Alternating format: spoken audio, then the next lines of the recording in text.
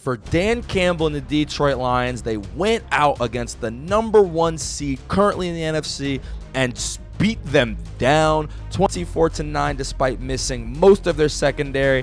And it is just another example of how Dan Campbell is in complete control of the culture with the Detroit Lions.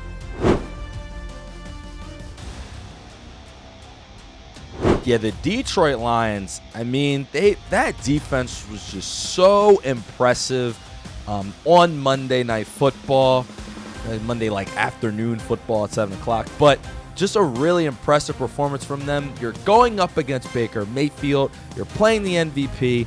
The Bucs came into the game 7th in passing, 6th in points, high-flying offense.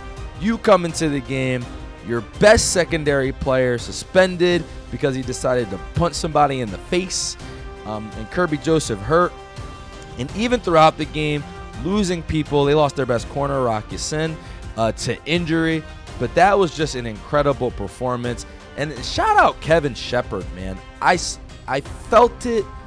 I didn't want to say because I didn't want to be rude to Aaron Glenn. I think he's better than Aaron Glenn from what I've seen him be able to do in this short stretch. We saw what he did to Lamar and the Ravens when they were actually, you know what I mean, a higher flying offense. I think they were first in the league in points, and they held him to 30, but really it was 24 when the game mattered. Had Lamar throwing some wild passes, and Baker looked flummoxed, like he had no chance out there.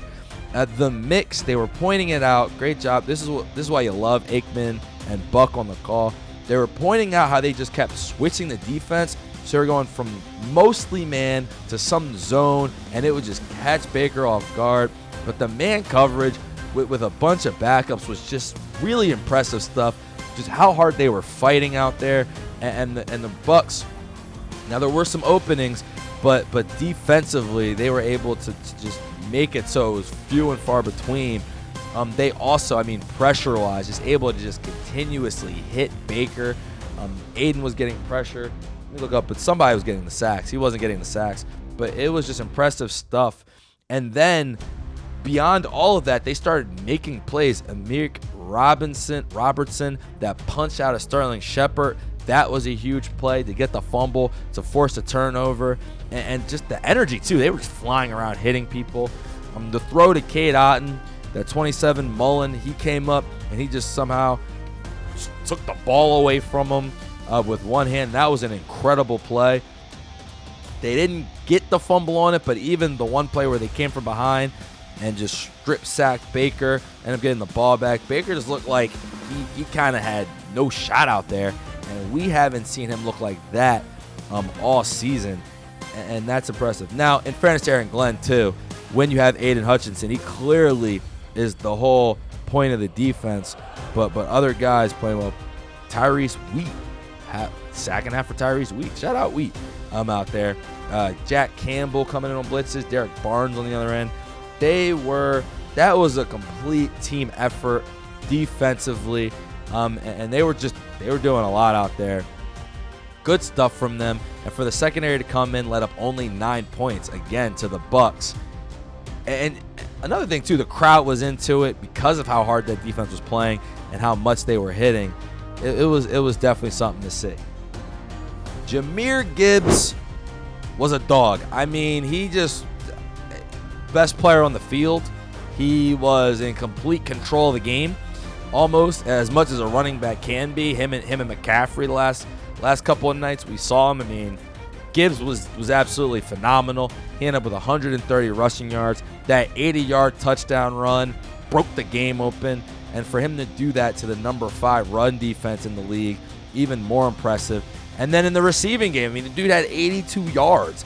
He was out there snapping. And there's just the one play where he almost scored a touchdown, I believe, and then they tackled him. So they just handed it off to him. And he went in the hole, and then he hit a spin that was just so crazy. He spun into the end zone, and I was just like, oh my goodness, man. And it was just like that all night for Gibbs. It was a pure Sonic game. There was a lot of talk before the game about getting Knuckles involved, about running Montgomery more. but only 13. He had 13 carries. I mean, Gibbs had 17. Gibbs was just breaking him. But 13 carries, 21 yards, not as effective. They want to see that going a little bit better downhill. But Gibbs was just, dude was just explosive. He was making some huge plays out there. And Amara as well. I mean, dude, Amara is just one of the best receivers in the league consistently now. 86 yards for him. And early in the game, started off with a big touchdown, 27-yard catch, forcing penalties on Jamel Dean. So that Lions offense, we know how good they are. And they're playing a defense that was okay. But those skill position players, man, Jamison was cool out there as well. But Amara and Gibbs were dominant out there. And Gibbs was making just highlight play after highlight play all game. All just short catches, just taking off. It was incredible stuff. Jared Goff. I said something to the chat, and I think I have to stop trying to be too nice. I can't take them seriously as a Super Bowl contender because of Jared Goff. Everything else is there. The defensive scheme, you got the pass rush. They play physical on defense. Offensively, you got Gibbs out there going crazy. Amara, top receiver, top running back in the league. You even got a tandem. I think the blocking is pretty good normally.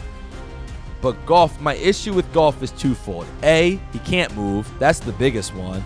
And I think, obviously, it didn't affect him this game. When they get a lead, it's cool. He doesn't have to make plays. But you even saw it at some points early in the game, how he just, it can cook him in some spots. And they scored 24, and you kind of felt like maybe they had opportunities to score more points early in the game specifically. And B, he just has these high turnover moments in the worst spots, man. And this game, if they'd have lost this game, right, he would have been first. He wouldn't have been the third thing I mentioned. And he was cool. 20 for 29. He was cool out there. He wasn't bad. He can run the offense, right? And he was under pressure, sacked 4 times. That's why they went to that run game. But, I mean, the one play, you're up 7-0. You're driving down the field. He's in the pocket. He just sits there that little second too long. He can't run. He's got to get rid of the ball. Just strip sack, fumble. That was huge. And it kind of just kept the Bucs alive and in the game at that point when I'm thinking, oh, wow, they're about to get up big on these guys. And they're kind of about to smoke them. And I'm going to feel really, and I did end up feeling dumb for picking the Bucs +6. You know what I mean? To cover against the Lions. They did, and they got smoked. But it's like, oh, wow, like a strip sack there is crazy.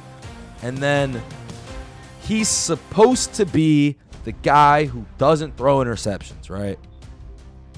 And so far this year, 15 touchdown passes, only 3 picks, 1,600 yards. But I just, too many times, just randomly, just really, really dumb picks. And it's the timing. Like, interceptions happen, you know what I mean? And there's times where you got to push the ball, you're down. But they were up 14-0 in this game, and it's before half. And they had an opportunity, and I know Bates had just missed a field goal, but just to go up 17-0, and he just throws one of the wildly dumb picks going to the left that I can remember. It was really bad.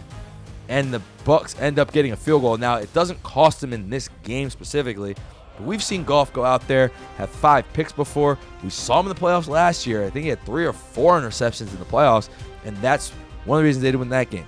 Now, I know what fans said. I didn't watch the game. I was actually working during that playoff game. But they said that he was concussed. He got banged up. Yeah. Well, I saw the quarterback documentary. It looked fine to me. Looked like he went in there, was fine talking. It's like, get me back on the field, and he got back out there. It didn't look like he had a concussion. It looked like he just kind of was throwing dumb interceptions, which he's prone to do. He can't do that. Like, I understand his limitations. He can't run, fine. His bombs are iffy. He's throwing it deep sometimes, and sometimes he doesn't. That's cool. He can get Amara the ball. He's very accurate most of the time. He's not a bad quarterback by any stretch, but I just think when they get to those big games, when Gibbs isn't cooking, when that defense starts showing those weaknesses, we kind of saw it against the Chiefs. And to me, I think it's twofold. It's like, okay, if you're not going to be as explosive, you can't have those turnovers.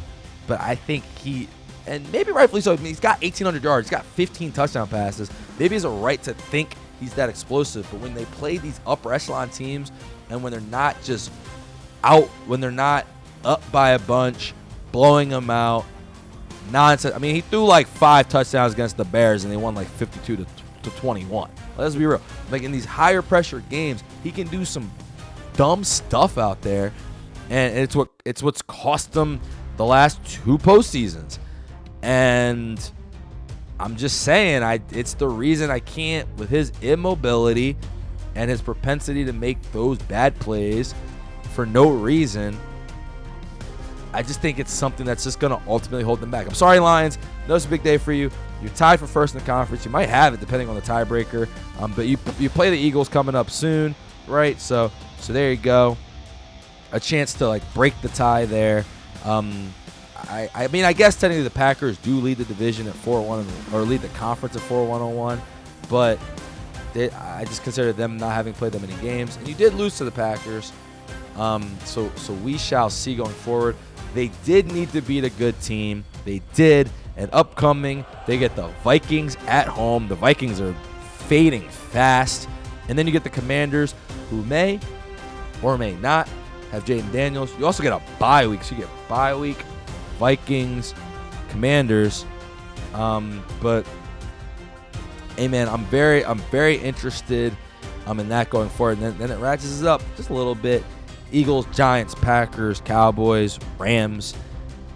But not that's kind of our schedule. Not the most difficult. I mean, Cowboys they should be able to score 40 on the Cowboys, and be honest with you, and hold them down a little bit.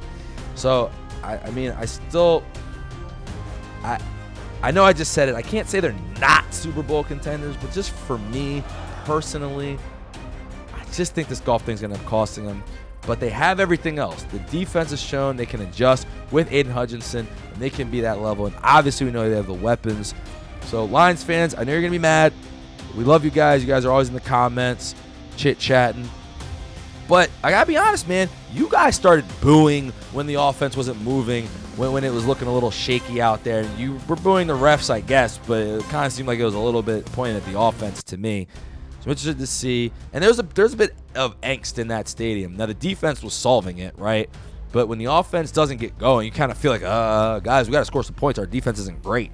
And in those situations, it's really hit or miss with Goff. So we will see what happens going forward with the Lions. Obviously, impressive win, beating a team that was 5-1 with the MVP candidate. And going forward for the Lions, I mean, this is where they've been, right? For them, it's going to be about what can they do in the playoffs and in those big moments. Thank you guys so much for watching. I hope you enjoyed. Please watch some of the other videos on the site. I've created a playlist with each and every football team, and every week we will be going over those games. I'm really loving this, enjoying it, and hoping you guys are as well. Of course, like, subscribe, and if anyone wants to sponsor, we're looking for Lumia Sports Productions is looking for sponsors. Shout us out. We will shout you out during the video. Thank you guys again for watching. Have a great day. Enjoy.